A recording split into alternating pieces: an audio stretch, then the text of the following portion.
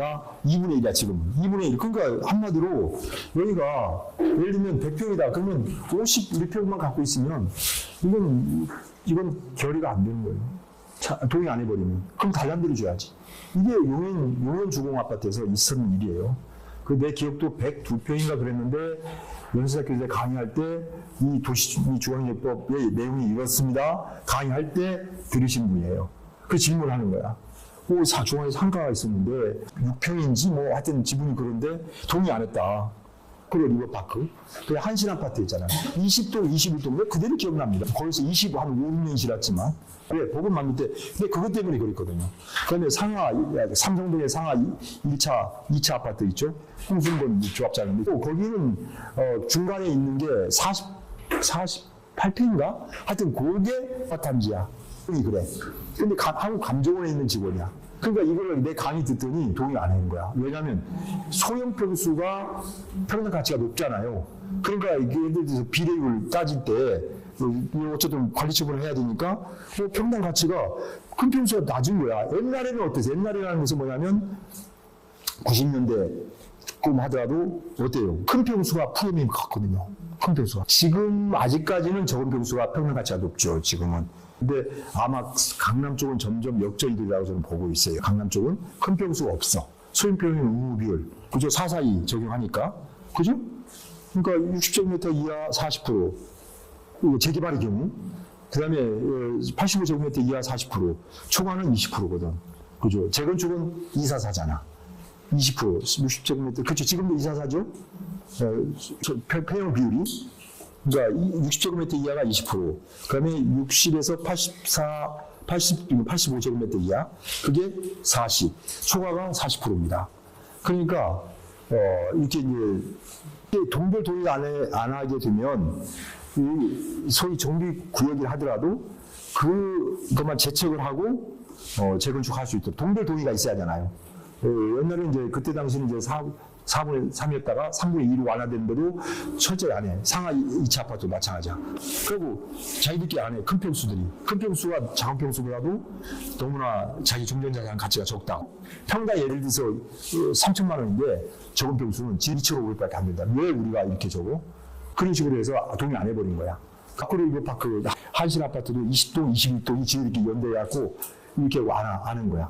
그래서 토지분할 특례를 두어서 동별 전체를 했는데 이 동이 다 지금 말하면 2분의 1, 그때 당시에는 3분의 2. 사람 수와 면적도 3분의 2가 돼야 되니까 그게 안 됐어. 근데 사람 수가 3분의 2면 면적도 3분의 2예요. 안에서 그래서 토지분할 특례 조항을 넣었어요. 그래서 옛날에 41조였는데 그동안 조항이 늘어나고 그게 기억이 나죠. 제가 다 성함하면서 돼서. 그래서 소재기만으로 형성권으로 그러니까 전체 동이인데 요동만 안 해서 그러면 요동을 제척하는 거예요. 이렇게. 그래서 길을 내주고 그래서 정비구역을 변경해서 그래서 그러면 그렇게 해서 소재기를 해요. 그러면 민사법원 사건과의 접수 딱 하면 이 접수증만 받으면 이미 이건 제척된 걸로 보는 거예요. 토지 분할이 된 걸로 보는 거예요. 그리고 재건축을 시작하는 거예요. 근데 저기 송파 가락동에 있는 상가 하나 있죠. 그 리모델링하고 있는 또 괜히 엉뚱한 업자가 얘기하고 동의 안 하면 뭐 크게 줄 수 있다 해갖고 안 해가지고 그것만 토지분할 특례하고 잘라내버리고 그거 지금 하려니까 건축비만 많이 나오고 진짜 손해 엄청나게 왔습니다. 왜냐면 어차피 또 상가를 새롭게 잘 지으니까 또 그래갖고 엄청난 손해보는 경우가 있죠. 그래서 그런 게 많은데 어쨌든 그 토지분할 특례 바로 그거예요. 그래서 이제 11조에 따라 건축 허가를 받아서 아파트 또는 수치에 따라서 분할된 토지 또는 분할되어 나가는 토지. 자, 이건 토지분할 특례 조항이에요. 찾아보세요. 도시정법, 도심주거환경법. 분할된 토지. 그러니까 분할된 토지는 이제 애초에 우리 정비구역이지. 정비대출에서 정비구역 된 곳. 그러니까 분할되어 나가는 토지. 그거는 이제 동의 안 한 등. 상가, 뭐 이런 거. 그거를 각각을 뭐라고 그래? 주택단지라고 보는 거예요. 분리됐다 이거지. 그런 의미예요. 그죠? 이제 다 이해가죠? 네, 이렇게 길어요. 이렇게 한 문장이지만. 설명하면. 확실히 이해가죠? 네. 그 다음에 건축법 제11조에 따라서 건축 허가를 받아서 아파트 또는 연립주택을 건설한 일단의 토지. 그렇죠? 건축 허가를 받아서 아파트 짓거나 연립주택 지었으면 연립주택 한 동짜리든 두 동짜리든 공유주택이면 연립주택은 공유주택이죠? 그죠? 공유주택이 뭐예요? 아파트, 연립주택, 다세대, 다가구는 뭐예요? 공유주택이 단독주택이에요. 그렇죠. 단독주택이죠. 자, 대개 보면 여기 또 정말 이게 용어 정의가 얼마나 중요하냐면 대개 부천이나 특히 경인 이제 집이 없으니까 이게 정말 서울에서는 집 못 마련하고 그러니까 어때요? 유학으로 나가. 그러면 이게 무슨 빌라, 뭐 빌라트, 뭐 빚으로 하지. 연립주택인지 다세대인지 다가구인지 몰라. 근데 보면 다가구주택이야. 네. 자, 중요한 건 뭐냐? 재개발의 경우는 어때요? 토지등록소유자 정의가 뒤에 나와? 어때요? 정비구역 내 토지 또는 건축물 또는 지상권자. 아, 그쵸. 뭐 토지등록소유자야. 조합원이 될 수 있는 권리가 있어. 그렇지만 재건축의 경우는 어떻게 돼요? 건축물 및 그 부속 토지 소유자. 건축물과 반드시 토지가 있어야 돼. 없으면 조합원이 아니에요. 그쵸? 그러니까 다가구 주택은 어떻게 돼요? 만약에 거기에 연립주택 단지가 있어. 근데 그 중에 다가구가 몇 개 끼었어. 그럼 어떻게 될까요? 다가구는 한 명이야. 한 개밖에 분양권이 없어요. 재건축을 하는 경우. 그러니까 소규모 재건축의 경우 조심해야 돼. 빈집 및 소규모 주택 정도의 특례법에 따른 소규모 재건축의 경우는 반드시 연립주택이나 다세대 상호가 이런 걸 끼어서 있거든. 그쵸? 그러니까 그때 보면 이제 우리는 청산돼야 돼. 청산돼야 돼요. 그러니까 그래서 용어 정의가 얼마나 중요한 말이야. 다세대나 다가구나. 그죠? 다세대는 공동주택이고 부속 토지가 있어요. 다가구는 단독주택이에요. 그죠? 그러니까 건축물은 그러니까 주택은 구분 소유권이 있어. 구분 등기가 돼 있어. 그죠? 그렇지만 토지는 어떻게 돼요? 없어. 그냥 한 명이 어디 이거 한 개로. 하여튼 그렇습니다. 그래서 용어의 정의가 정말 중요하다. 네, 그 말씀을 드리려고 제가 이건 정말 강조했습니다. 자, 그 다음에 사업 시행자. 사업 시행자라면서 사업을 시행하는 사람이죠. 네? 사람이 시행자일 수 있고 법인이 시행자일 수 있고 그죠? 정비 사업을 시행하는 자를 사업 시행자라고 하는데 조합의 경우는 법 제35조 도시민주관계법 벌써 35조까지 했어요. 거기에 따라서 조합 방식, 조합 설립을 하는 거예요. 조합이 법인으로 되는 거예요. 그래서 그 사업 시행자예요. 사업 시행자 또는 사업 주체.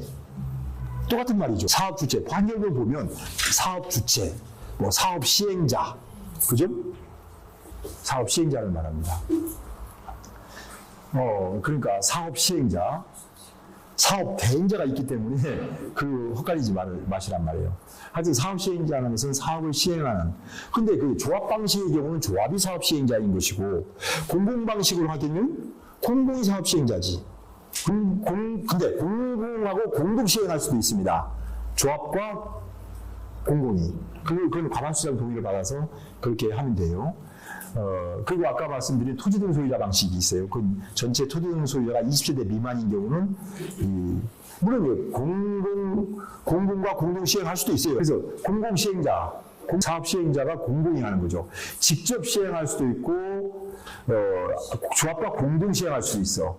근데 이런 공공 시행자가 그냥 공공에서 시행자가 되어버리는 경우는 그러니까 긴급 시행, 예를 들면 비가 왔거나 장 맞아서 막 수물이 들거나 막 이럴 경우는 이제 공공에 직접 해요. 언제 조합 만들고 할 수 없으니까. 그게 뭐 되게 시골 같은데 되게 그런 경우. 근데 예를 들면 시골에 뭐 시장 같은 거라든가 뭐 화재가 났다든가 이런 경우는 되게 그렇게 공공에서 직접 공공 시행자 할 수 있고, 근데 되게 너무 민원이 많으니까 되게 조합 구성해줘요. 조합 방식으로 가도록 하지.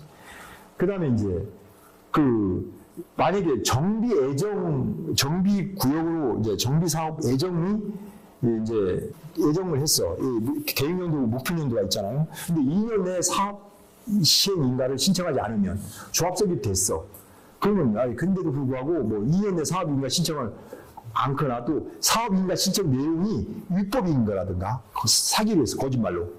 예를 들면 특히 이제 사업시행인가 일무제 있잖아요. 조합설립 인가후 3년 이내 뒤에 나오지만 예를 들면 사업시행인가 신청을 못했어. 사업을 인가를 못했어. 뭐 승인을 못 받았어. 사업시행 인가를 못했어. 그러면 정비구역 취소할 수가 있잖아요. 근데 그때에서 빨리 사업시행과 접수한다고 거짓말로 막 설계해가지고 그러면 그거 자체가 무효가 되는 거고, 그럴 경우 공공에서 그냥 아예 공공에서 직접 사업 시행할 수도 있고, 아니면 이제 여러분 전문 조합 관리를 해서 조합장을 파견하고 할 수도 있고 여러 가지 있습니다. 추진위원회를 설립하고 3년 내 조합을 설립을 못했거나, 또 조합 설립 위인가고 아까 말씀드린 3년 내 사업 시행가를 못했어. 물론 연기해 줍니다. 한 번, 두 번 이렇게 연기해 줘요.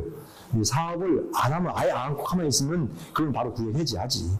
조합 설립도 됐다면 그건 바로 구역 해지하면서 별도 조합 해산 절차 필요 없이 그냥 조합 해산되는 겁니다.